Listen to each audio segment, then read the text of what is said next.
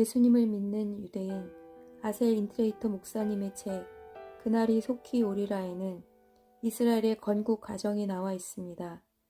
1800년대 중반에는 이스라엘 땅은 완전히 황폐된 상태로 적은 수의 사람들이 살고 있었습니다. 미국의 유명한 작가인 마크 트웨인은 1860년에 이스라엘을 여행하면서 그곳을 완전히 황폐화된 땅이라고 표현했습니다. 소수의 아랍 농부들과 몇 안 되는 종교적 유대인들이 살고 있을 뿐이었습니다. 이스라엘 사람들이 약속의 땅 이스라엘로 귀환하는 것을 히브리어로 알리아라고 합니다.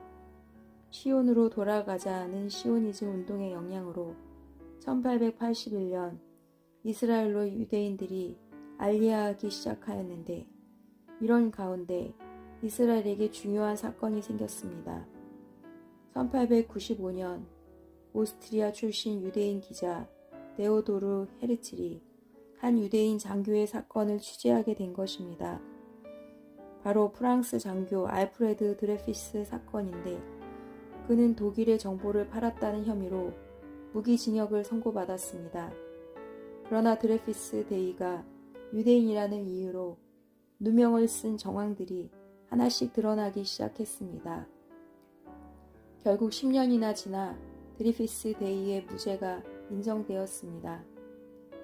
기자 헤르츠는 이 사건을 취재하면서 프랑스 파리 시민들이 유대인들을 대적하며 시위하는 모습을 보고 충격을 받았습니다.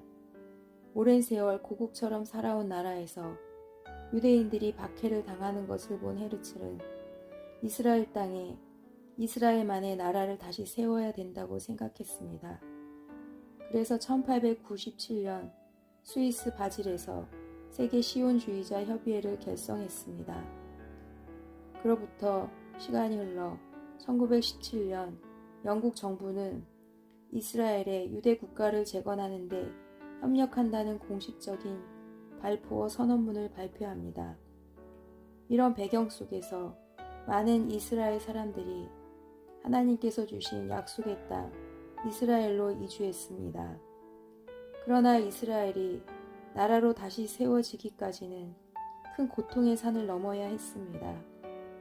유럽에 남아있던 수많은 유대인들이 2차 세계대전이 일어나면서 독일 히틀러에 의해 무참히 죽임을 당한 것입니다.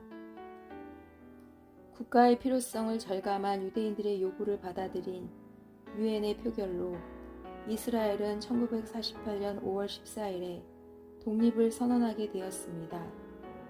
그러나 하나님께서 언약으로 주신 이스라엘 땅을 완전히 돌려받은 게 아니고 어느 사이 그 땅에 와서 정착한 많은 아랍인들과 땅을 나누어 갖게 되었습니다. 이스라엘 주변에 있는 이슬람 사람들은 결코 이스라엘에게 그 땅을 돌려주고 싶어 하지 않았습니다. 그래서 거의 거주하는 사람이 없던 이스라엘 땅으로 많은 아랍인들을 이주시키고 그들이 원래 거기 살던 사람들이라고 주장하고 있습니다. 팔레스타인은 블레셋을 의미합니다. 블레셋 민족은 사라졌지만 이스라엘 땅을 약탈했던 나라들은 그 지역을 팔레스타인이라고 불렀습니다.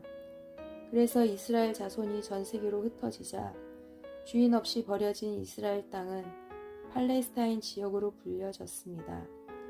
그래서 거기 살던 소수의 유대인들조차도 팔레스타인 사람들로 여겨졌다고 합니다. 아랍 연합군들은 이스라엘이 독립한 지 이틀 만에 공격해 왔습니다. 1967년에는 6.1 전쟁으로 이스라엘은 예루살렘을 되찾게 되었지만 그 후에도 아랍과의 전쟁을 치루었고 오늘날에도 여전히 군사적 대립이 계속되고 있습니다. 1964년에 결성된 팔레스타인 해방기구는 이스라엘 땅에 살고 있는 아랍인들에게 나라를 세워준다는 명목으로 이스라엘에 대한 테러를 일으킨 비밀 저항 조직이었습니다. 그러나 유엔은 팔레스타인 해방기구를 합법적으로 인정하여 자치정부를 구성하게 해주었고 1998년에는 준국가의 자격까지 주었습니다. 예수님을 메시아로 믿는 유대인 루벤 도러는 그의 책 한 세 사람에서 이스라엘 땅의 회복에 대해 말합니다. 여러 제국들과 정복자들은 AD 70년부터 약 1948년까지 이스라엘 땅을 점령했지만 결코 자기들의 땅처럼 돌보지는 않았습니다. 이 땅은 완전히 버려졌고 약탈당했으며 거의 아무도 거주하는 자가 없을 정도로 버려졌습니다. 에스겔서 36장 5절에서 하나님께서는 그들이 심히 즐거워하는 마음과 멸시하는 심령으로 내 땅을 빼앗아 노력하여 자기 소유를 삼았다고 분노하고 계십니다. 8절에서는 그러나 너희 이스라엘 산들아 너희는 가지를 내고 내 백성 이스라엘을 위하여 과실을 맺으리니 그들의 올 때가 가까이 이르렀음이니라고 말씀하십니다. 즉 하나님의 소유인 이스라엘 땅을 함부로 망가뜨린 제국들과 민족들에 대해서 분노하시지만 다시 돌아오는 이스라엘 자손들은 축복하고 계시는 것입니다. 실제로 이 말씀 그대로 황무지였던 이스라엘 땅은 이스라엘 유대인들이 돌아오고부터 다시 살아나고 수많은 열매를 맺고 향기를 뿜어내고 있습니다. 에스겔 36장 24절부터 27절에서는 이스라엘의 영적 회복도 약속하고 계십니다. 하나님께서 성경 말씀에 기록하신 대로 이스라엘 유대인들에게 독립을 주셨습니다. 이제 육적인 회복과 더불어 영적인 회복도 가속화될 것입니다. 요엘 3장 2절에서 하나님은 이렇게 말씀하십니다. 내가 만국을 모아 데리고 여호사밧 골짜기에 내려가서 내 백성 곧 내 기업인 이스라엘을 위하여 거기에서 그들을 심문하리니 이는 그들이 이스라엘을 나라 가운데 흩어버리고 나의 땅을 나누었음이며 예수님께서 이스라엘의 왕이자 만왕의 왕으로 다시 오셔서 각 나라들이 하나님의 백성 이스라엘을 어떻게 대했는지 하나님의 땅인 이스라엘 영토를 어떻게 나누었는지 심판하실 것입니다. 모든 나라들이 하나님의 말씀에 순종하여 이스라엘을 축복하고 그들을 위하여 기도하기를 주님께서는 바라실 것입니다.